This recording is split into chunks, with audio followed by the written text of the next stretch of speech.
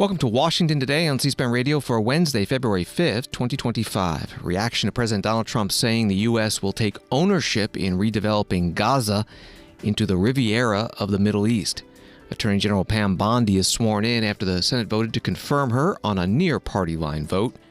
President Trump signs an executive order to ban transgender athletes from competing on girls' and women's sports teams by withholding federal money for schools and colleges that allow it. Senate votes to advance the nomination of Russell Vought for White House Budget Director, with Senate Democrats planning to speak against the nominee on the Senate floor for 30 hours straight before the confirmation vote Thursday night. And Democrats on the House Oversight and Government Reform Committee try and fail to subpoena Elon Musk to testify about the actions of the quasi-governmental Department of Government Efficiency, which has been dismantling some government agencies and threatening federal workers with layoffs. Story from Reuters. President Donald Trump's proposal for the U.S. to take over war-ruined Gaza and create a Riviera of the Middle East after resettling Palestinians elsewhere has shattered U.S. policy on the Israeli-Palestinian conflict, drawing global condemnation. The shock move from Trump, a longtime New York property developer, drew rebukes from international powers, including Russia, China, and Germany, which said it would bring new suffering and new hatred. Regional heavyweight Saudi Arabia rejected the proposal outright. That's the story from Reuters. This is what President Trump said Tuesday night in a White House joint news conference with Israeli Prime Minister Benjamin Netanyahu.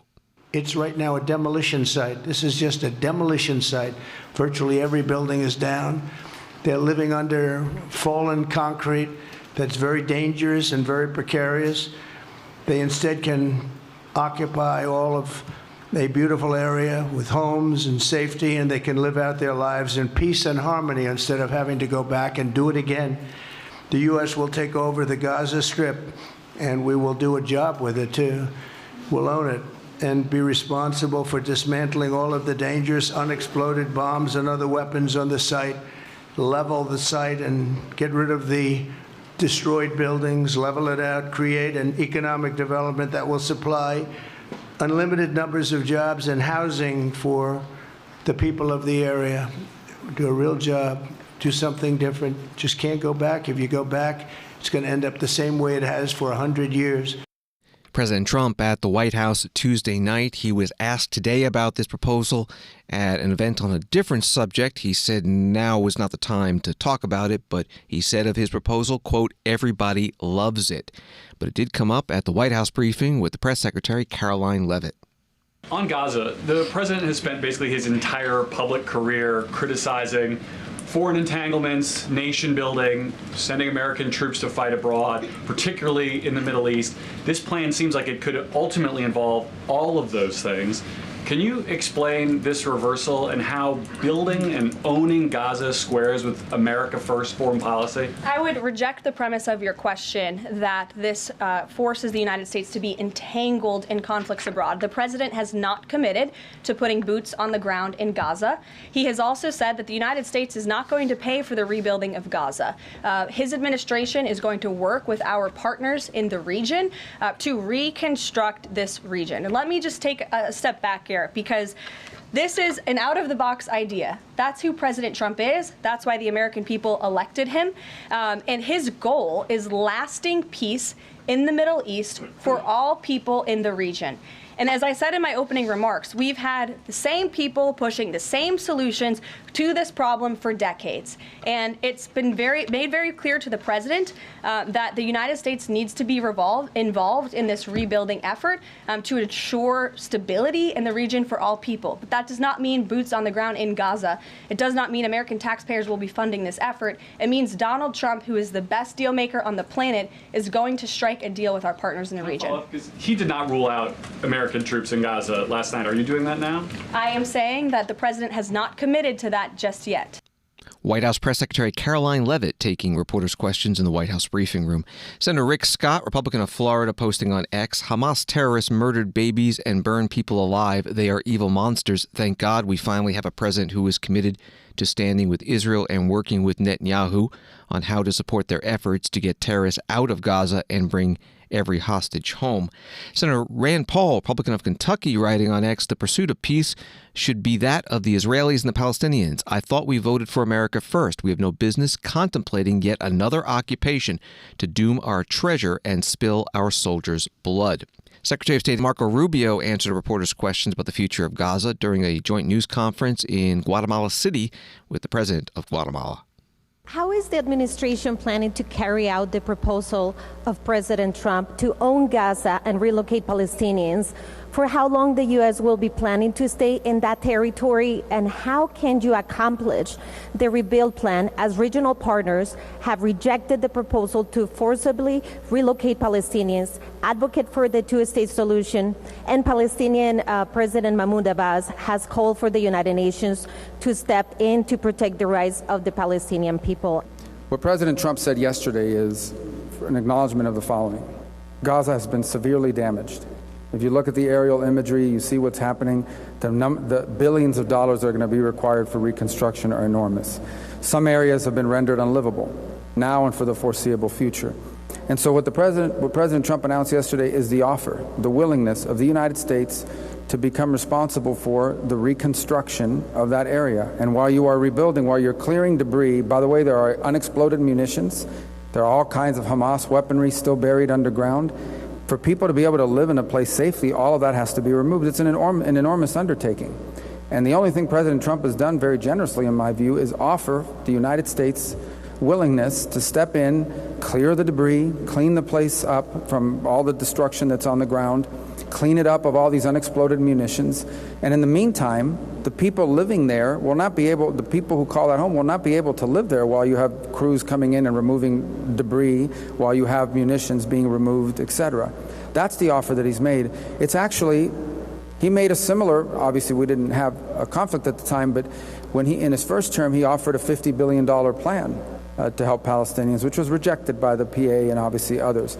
So in the interim, obviously, people are going to have to live somewhere while you're rebuilding it. It is akin to a natural disaster. So what he's very generously has offered is the ability of the United States to go in and help with debris removal, help with munitions removal, help with reconstruction, the rebuilding homes and businesses and things of this nature, so that then people can move back in. But in the meantime, they'll have to live somewhere. Now, the details of that, if it was accepted, would have to be worked out among multiple partner nations.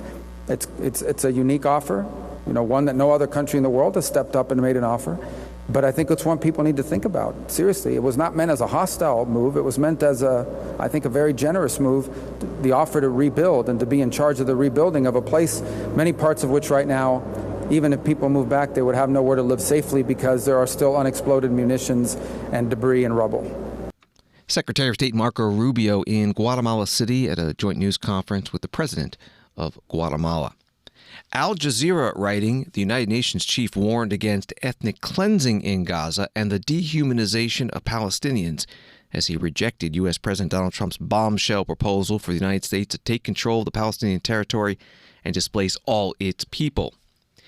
At its essence, the exercise of the inalienable rights of the Palestinian people is about the right of Palestinians to simply live as human beings in their own land, UN Secretary General Antonio Guterres said in a speech to a UN committee that deals with the rights of Palestinians. That was from the article from Al Jazeera. In Washington, D.C., the U.S. House Democratic Caucus Chair Pete Aguilar of California was asked at a news conference if this topic came up during the morning meeting of House Democrats. Was there any discussion in the caucus meeting about the president's remarks last night on Gaza, and would the leadership feel about spending any money for the sort of project he has in mind? It shouldn't shock anybody that we don't run through everything that the president says in caucus to respond to. It did not come up, but it is very clear that what the president talked about would make our country less safe. An invasion of U.S. troops into Gaza would not make Americans more safe. It would make Americans a target. But this is very clear. I mean, I'm going to just take a wild guess that the president's plans include hotels and resorts and casinos. That's just who he is. But this is not a thoughtful strategy that would keep Americans safe. or reduce our Defense Department costs. Congressman Pete Aguilar, Democrat of California, the House Democratic Caucus chair at a news conference on Capitol Hill.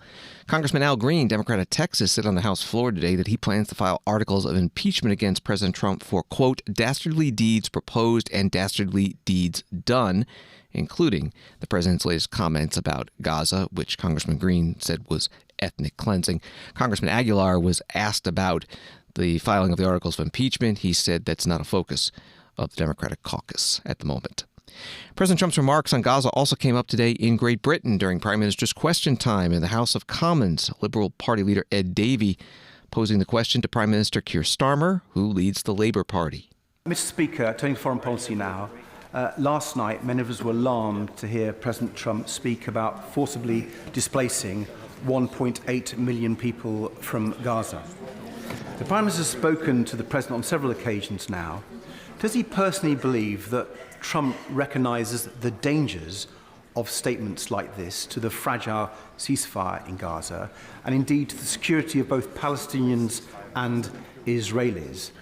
I'm glad that the Foreign Secretary has confirmed that the government's position is still a two-state solution. I think that has support on all sides of the House. But will he reassure the House that this position and our concerns on these dangerous statements from the President will be communicated to the White House directly and firmly? Yeah. Minister. Well, Mr. Speaker, you raised a very important issue. The most important issue on the ceasefire is obviously it's sustained. We see it through the phases, and that means that the remaining hostages come out and the aid that's desperately needed gets into Gaza at speed and at the volumes that are needed. I have, from the last few weeks, two images fixed in my mind. The first is the image of Emily Damari reunited with her mother, which I found extremely moving. The second was the image of thousands of Palestinians literally walking through the rubble to try to find their homes and their communities in Gaza. They must be allowed home. They must be allowed to rebuild, and we should be with them in that rebuild on the way to a two-state solution. The British Prime Minister Keir Starmer during Prime Minister's Question Time in the House of Commons in London. And Associated Press reports the chairman of the group formerly known as Arab Americans for Trump said during a phone interview with the Associated Press on Wednesday the group would now be called Arab Americans for Peace. Bashara Baba said the talk about what the president wants to do with Gaza obviously were completely opposed to the idea of the transfer of Palestinians from anywhere in historic Palestine. And so we did not want to be behind the curve in terms of pushing for peace because that has been our objective from the very beginning. This is Washington Today. Pam Bondi was sworn in today in Washington as U.S. Attorney General after the Senate voted Tuesday night to confirm her 54-46. One Democrat, John Fetterman of Pennsylvania, joining all Republicans in voting yes. CBS News reports she will take over as the nation's top law enforcement officer as Mr. Trump has pledged to end what he calls the weaponization of the Justice Department and threatened to target his critics. President Trump spoke at the swearing-in. It was held in the White House Oval Office. She's going to restore fair, equal, and impartial justice and restore the constitutional rule of law in America. She will lead the Democrats. You know where they're going to she's going to lead them right down, but I think she's going to be as impartial as you can possibly be. I know I'm supposed to say she's going to be totally impartial with respect to Democrats, and I think she will be as impartial as a person can be. I'm not sure if there's a possibility of totally, but she's going to be as total as you can get, Gianni, right? But she's going to be fair, and she'll lead the Department of Justice in crushing violent crime, demolishing the gangs, which are all over the place. If you look at New York, if you look at Chicago, if you look at Los Angeles, which is half burned down, unfortunately, because they didn't have the water and they didn't have what they were supposed to have. Destroying the terrorist cartels is going to be a very big priority for Pam, and that leads to crime and it leads to a lot of drugs. So she's going to take care of it, and she'll stop the invasion of our country and get fentanyl off our streets. And we're going to be working with her very closely, Christine Holm and Tom Homan, and all of the people are going to be working very closely with Pam. She's going to end the weaponization of federal law enforcement and restore honesty and integrity at the DOJ and the FBI. And She's going to be working with Cash, and she's going to be working with a lot of other people that you've been reading about, writing about over the last few weeks. The role of Attorney General comes with immense responsibility, but I have absolute confidence that Pam will fulfill her duties with honor and courage and strength and fairness. She's going to be fair. She's going to be very fair. President Donald Trump in the White House Oval Office right before Supreme Court Justice Clarence Thomas administered the oath of office to Attorney General Pam Bondi, and then the Attorney General spoke. Thank you, President Trump. I've known you for many, many years, and I will not let you down. I am truly honored that you have asked me to take on this role, and I will make you proud, and I will make this country proud. Thank you. And I just want to thank all of my friends who are here today, my dear friends and my family, my mom, my husband, my pastor, Aaron Burke is here, so many of my good friends and my colleagues. So thank you all so much. And I will restore integrity to the Justice Department, and I will fight violent crime throughout this country and throughout this world and make America safe again. Thank you.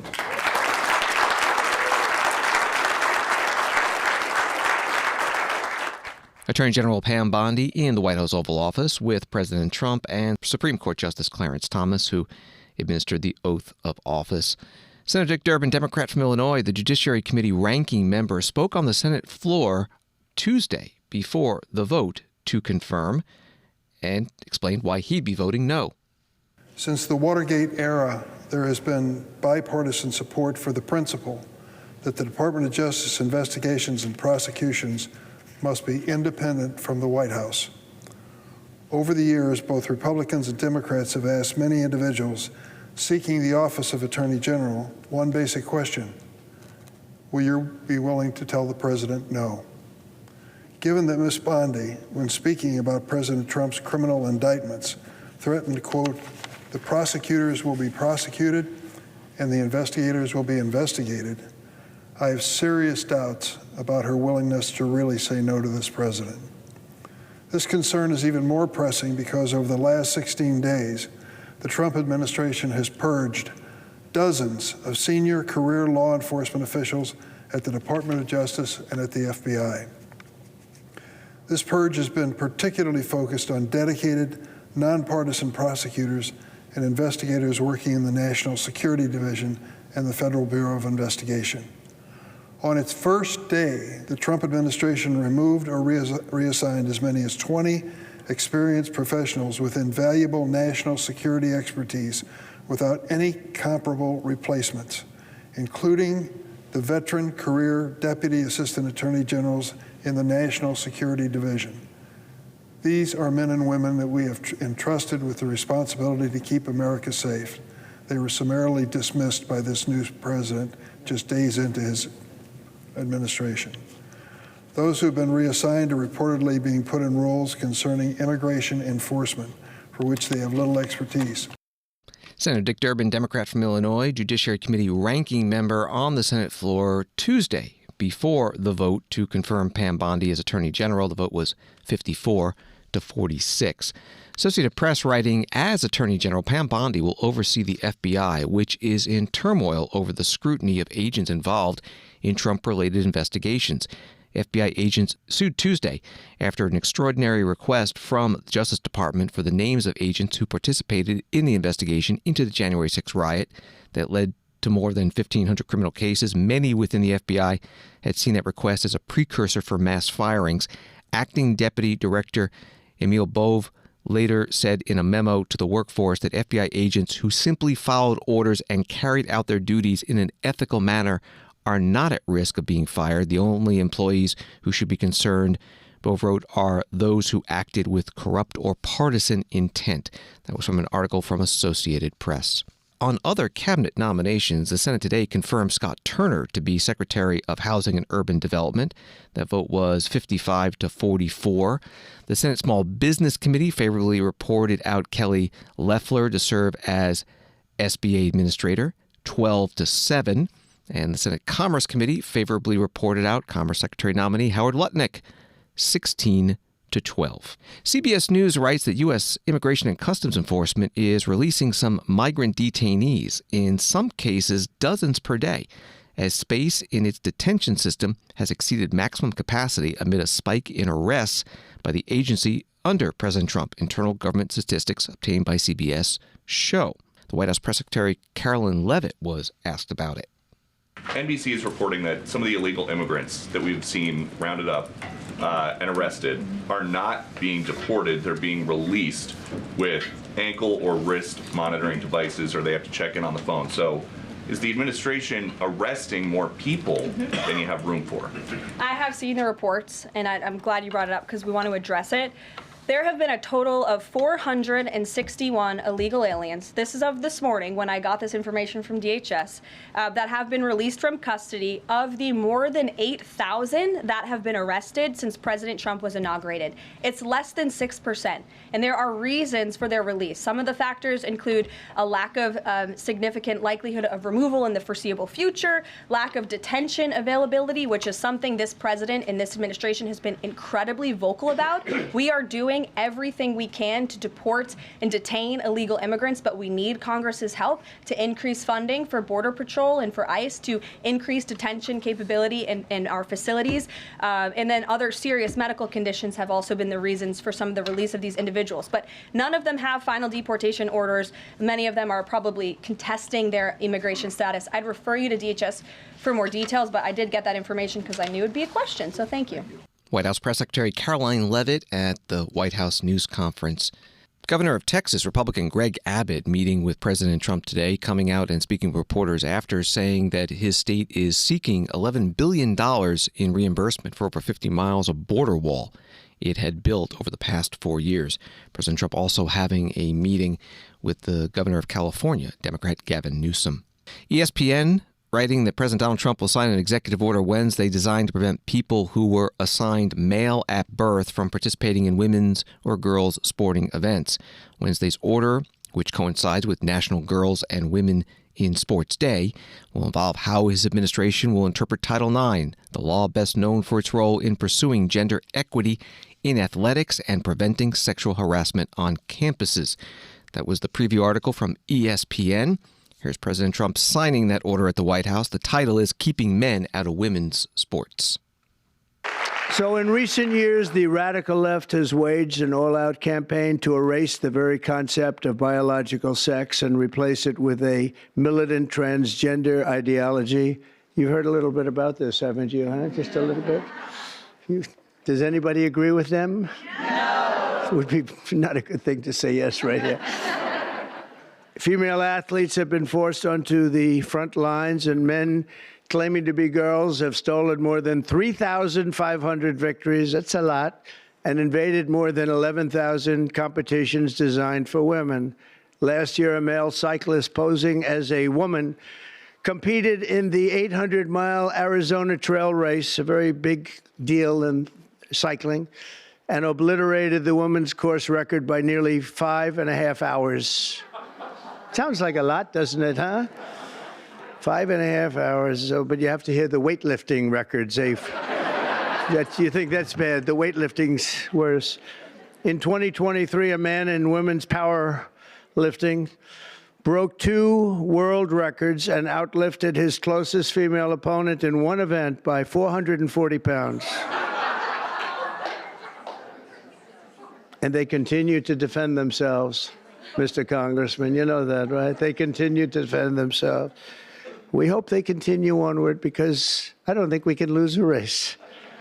This was one of the big reasons that we all won, and it's one of the big reasons that we had a record, a landslide like they haven't seen before, very often anyway. And who could forget last year's Paris Olympics where a male boxer stole the women's gold medal after brutalizing his female opponent so viciously that she had to forfeit just after 46 seconds, and she was a championship fighter. And actually, they had 2 women or 2 people that transitioned, and both of them won gold medals, and they won them very convincingly. But all of that ends today because with this executive order, the war on women's sports is over.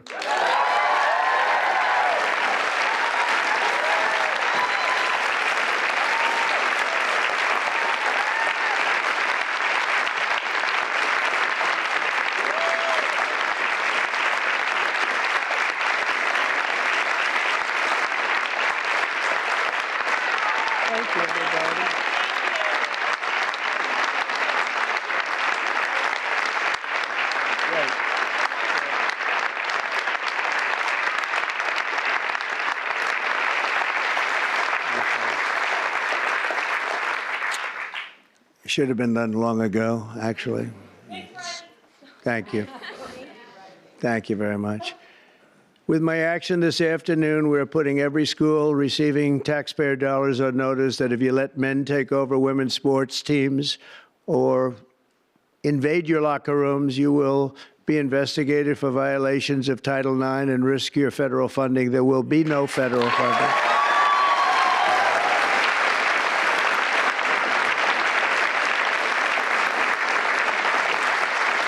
So this will effectively end the attack on female athletes at public K-12 schools and virtually all U.S. colleges and universities. I don't think we've missed anything, but if we do, we'll make it up very quickly with an order. President Donald Trump at the White House at the executive order signing ceremony.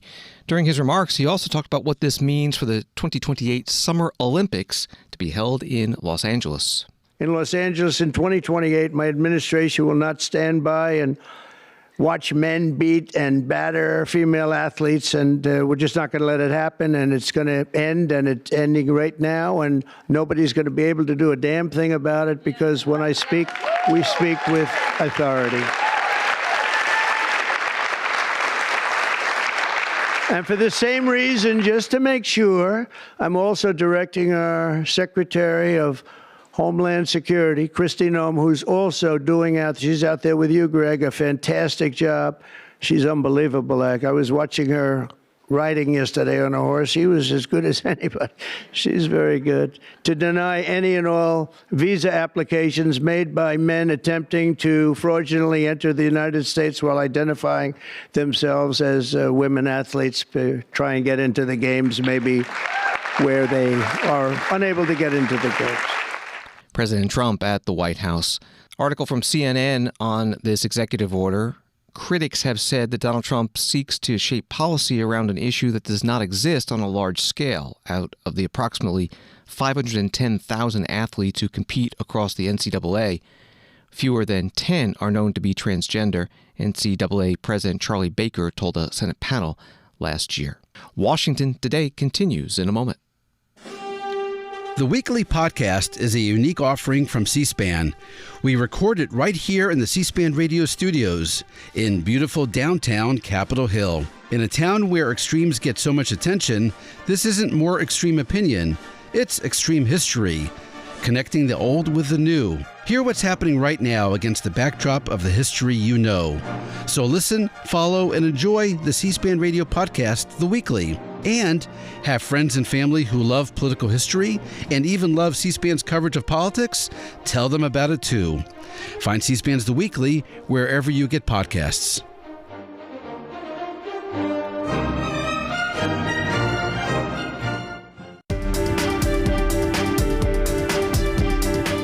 Welcome back to Washington Today, available as a podcast on the free C-SPAN Now mobile app and wherever you listen to podcasts.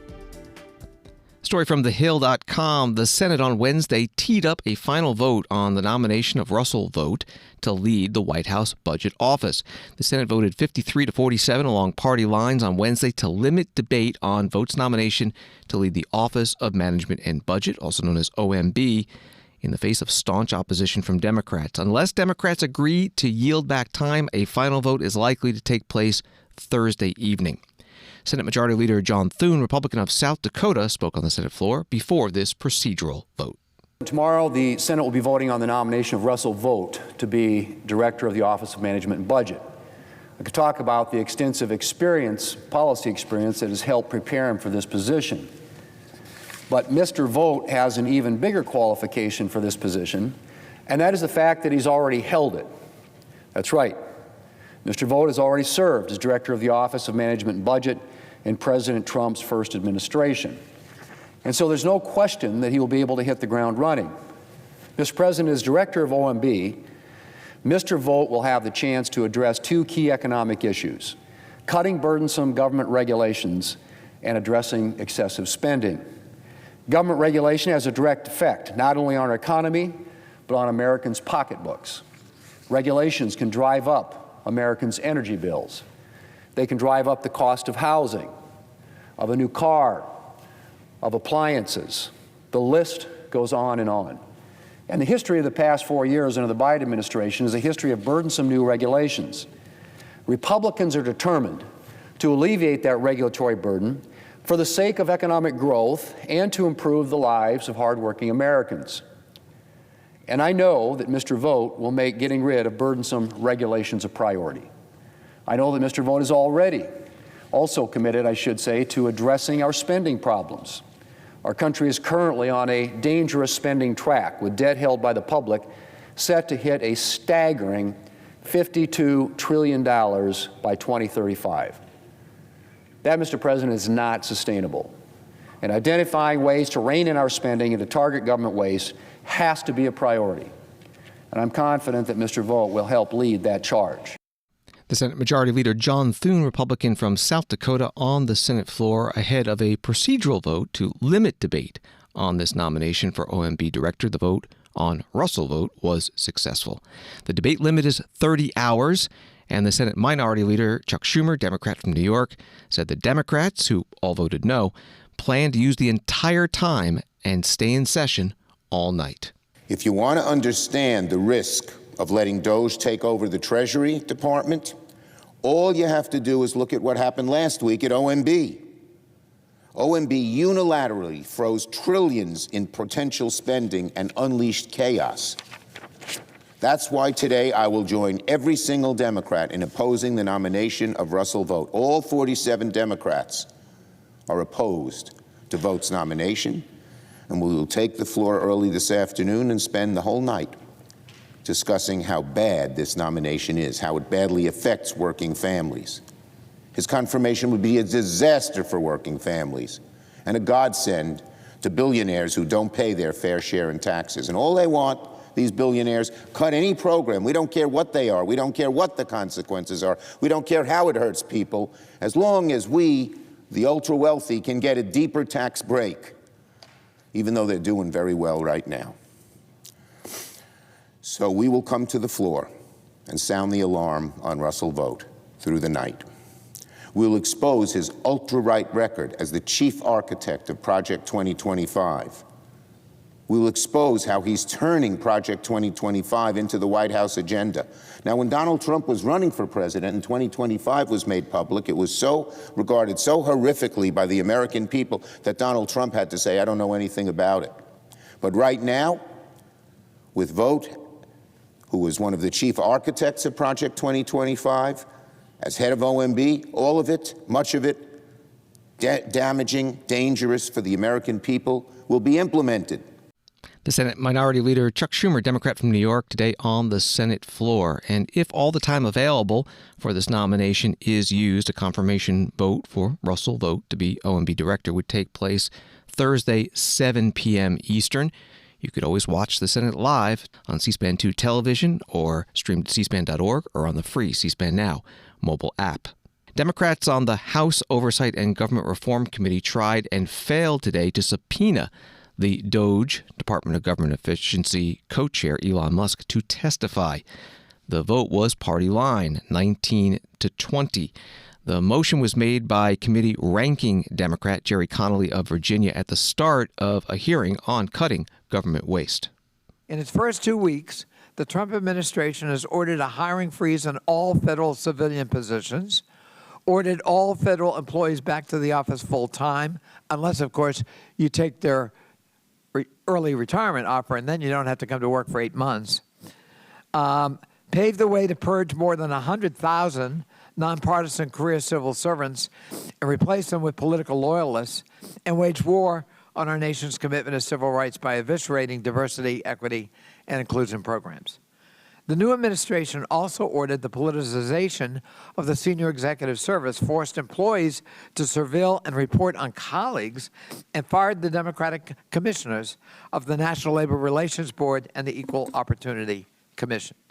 They administered loyalty tests to career civil servants at the National Security Council, granted security clearances to incoming White House officials without vetting, reportedly violated cybersecurity procurement and privacy laws by recklessly handing federal systems and data, and attempted a late-night purge of 17 nonpartisan inspectors general, a brazenly illegal act that will only provide cover for the corruption that inevitably will ensue. The Trump administration also ordered a freeze of federal grants, loans, and other financial assistance programs immediately after the funding freeze was issued. Medicaid and Head Start reported disruptions, and some of FEMA's online portals were cut off.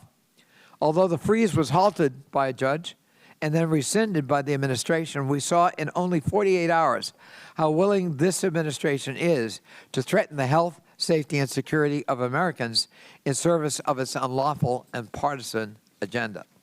If these initiatives sound familiar, it's because so many of them are ripped right out of the Project 2025 playbook. Remember that deeply unpopular tone that President Trump, as candidate Trump, desperately tried to distance himself from during the campaign. Many of these executive orders mirror Project 2025 proposals, and at least 4 prominent 2025 authors now have top positions in the administration. Trump's disavowal of Project 2025 was just part of the con. President Trump and Elon Musk are using a wrecking ball to systematically dismember the government piece by piece. The American people deserve better, and we in Congress have a constitutional duty to uphold the laws that we created. We must protect the government, workers, programs, and services that the future of this country depends on, and stop an unconstitutional assault on the government. Mr. Chairman, you correctly cited the role of Elon Musk. It's a puzzling role for many people, certainly on this side of the aisle, and I think for some on yours. Who is this unelected billionaire that he can attempt to dismantle federal agencies, fire people, transfer them, offer them early retirement, and have sweeping changes to agencies without any congressional review, oversight, or concurrence? Therefore, Mr. Chairman, given his prominence and his importance, I move that the committee subpoena Elon Musk to come before it as a witness at the earliest possible moment. And I so move. There's been a motion and second. The motion is not debatable. As Congressman James Comer, Republican from Kentucky, chair of the Oversight and Government Reform Committee, calling for a vote on the motion by ranking member Jerry Connolly, Democrat from Virginia. It failed on a party line vote, 20-19. Democratic Congressman Ro Khanna of California abstained. According to a Politico reporter, Daniela Diaz notably abstained. Congressman Khanna posting on X, "I would have voted yes. They called a procedural vote without notice, and I, like 8 others, didn't make it there in time. Musk's attacks on our institutions are unconstitutional. He should be subpoenaed and answer to our committee. They should call the vote again with notice. I was in a meeting with the ambassador to Mexico discussing the terrible tariffs when they called the vote and no notice and then didn't make it on time. They should properly notice and call the vote again." Those were the posts from Congressman Khanna. Elon Musk responded on X to the congressman, "Don't be a," and then there was a profanity starting with the letter D. U.S. House Speaker Mike Johnson, Republican of Louisiana, was asked today at his own news conference about recent moves by Elon Musk and the Department of Government Efficiency. Is there an inconsistency by Republicans on one hand where we've heard for years now, oh, we want to not have unelected bureaucrats in charge of things downtown, and yet ceding Article 1 powers to the executive branch under Elon Musk? Is there not an inconsistency about calling for the elimination of the Department of Education, and yet we've heard from some of your colleagues here this morning, we don't want women be playing sports with men, and aren't you ceding back that power then as it pertains to education if you eliminate the Department of Education? No, look, I got to challenge the premise of the question, Chad. You know me. I'm a fierce advocate and defender of Article 1. I mean, look, we are the legislative branch. There's a reason the Founding Fathers put the Congress, the legislative branch, as the first article in the Constitution, and we're going to vigorously defend that. But what's happening right now, I think there's a gross overreaction in the media to what is happening. The executive branch of government in our system has the right to evaluate how executive branch agencies are operating and to ensure that not only the intent of Congress in funding mechanisms, but also the stewardship of precious American taxpayer dollars is being handled well. That's what they're doing by putting a pause on some of these agencies and by evaluating them, by doing these internal audits. That is a long overdue, much welcome development. That's what the American people demand and deserve. And that's what's happening. So we don't see this as a threat to Article 1 at all. We see this as an active, engaged committed executive branch authority doing what the executive branch should do. They have broad discretion in all the funding, as you all know, because you follow this. When Congress funds an agency, they give broad discretion to the executive branch on how it's administered. They're using that authority right now in a way it hasn't been used in a long time, so it looks radical. It's not. I call it stewardship. I think they're doing right by the American taxpayer, and we support that principle. When it comes to the point of codification and legislation and all the rest, we'll be evaluating all those things. But right now, I think they're acting within the scope of their authority. There's be legal challenges. The courts will have some things to say about this. But so far as I'm concerned, Chad, this is not a usurpation of authority in any way. It's not a power grab. I think they're doing what we've all expected and hoped and asked that they would do. For years, members of the legislative branch in Congress, Senate and House, have asked for details. They've asked for, the expenses of USAID. I mean, look, this is what was uncovered. 3 just quick examples. I mean, you tell me if this is unreasonable. Some of the stuff that the money was being spent on that we didn't even know. Crazy examples that came out. Look, $100 million on initiatives like expanding atheism in Nepal. That's what American taxpayers should be paying for? No way. Transgender operas in Colombia, drag shows in Ecuador? No way. The American people want us to, we have a $36 trillion federal debt. It is a serious threat to the future and security of our nation. We got to spend money better.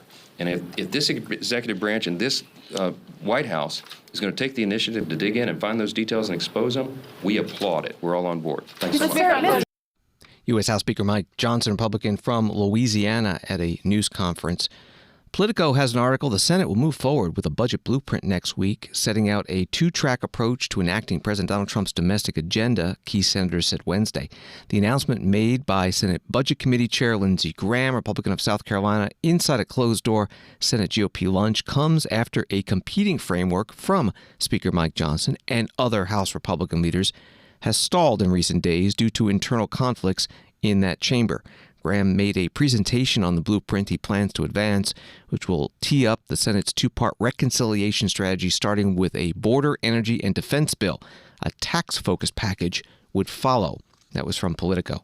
Former USAID officials joined Democratic House members and senators for a rally today on Capitol Hill in support of the agency and against the attempts by DOGE to shut it down. Senator Cory Booker is from New Jersey. We are joining the leadership already stated by Brian Schatz of Hawaii, that we will cooperate with no appointments when it comes to the State Department, no appointments when it comes to foreign policy. The first thing we're going to do in the Senate is not cooperate with the illegal and unconstitutional acts that they are trying to do. The second thing we are going to do, and we met this morning, it is in the legal perspective. The second thing we are going to do is we are going to fight this legally in every way we can. We will fight their violation of civil service laws. We will fight their violation of civil rights laws. We will fight their violations of separation of powers. We will fight their violations of our Constitution of the United States of America. We will not shut up. We will stand up. We will speak up. We will rise up. It is time, as the African spiritual says, for us to lift every voice in condemnation of what's going on.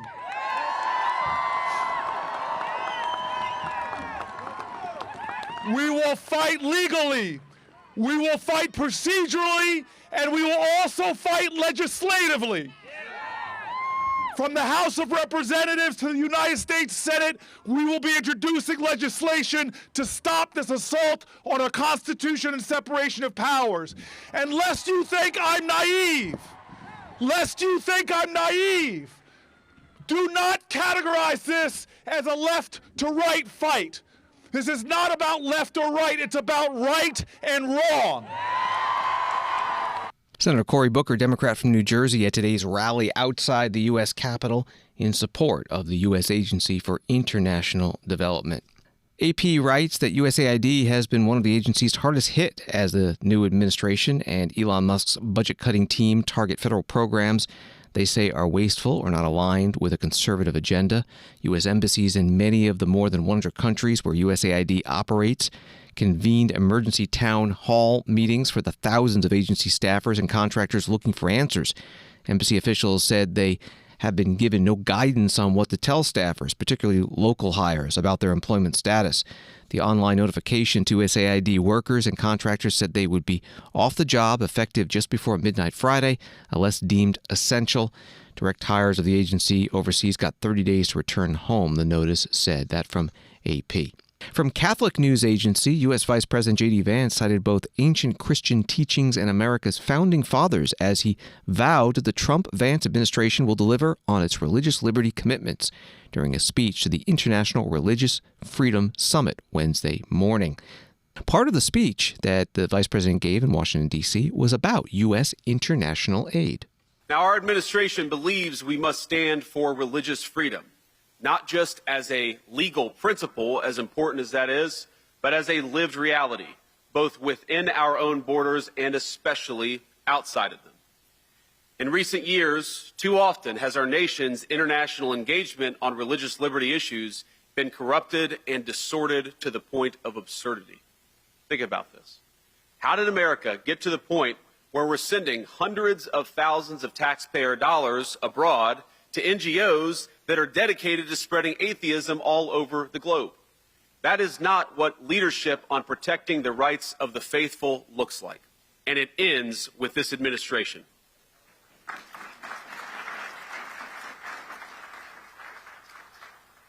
And I'd add that part of our protecting religious freedom initiatives means recognizing in our foreign policy the difference between regimes that respect religious freedom and those that do not. The United States must be able to make that distinction. We must be able to look at the catastrophes, like the plight of Iraq's Christians over the past 3 decades, and possess the moral clarity to act when something has gone wrong.